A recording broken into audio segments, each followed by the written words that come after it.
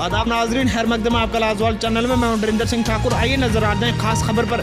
जिला अनंतनाग में अभी भी कई इलाकों से बर्फ न हटाए जाने की वजह से लोगों को अबूर मरूर में काफी मुश्किलों का सामना करना पड़ रहा है। ब्यूरो रिपोर्ट अनंतनाग से शाहीलाल।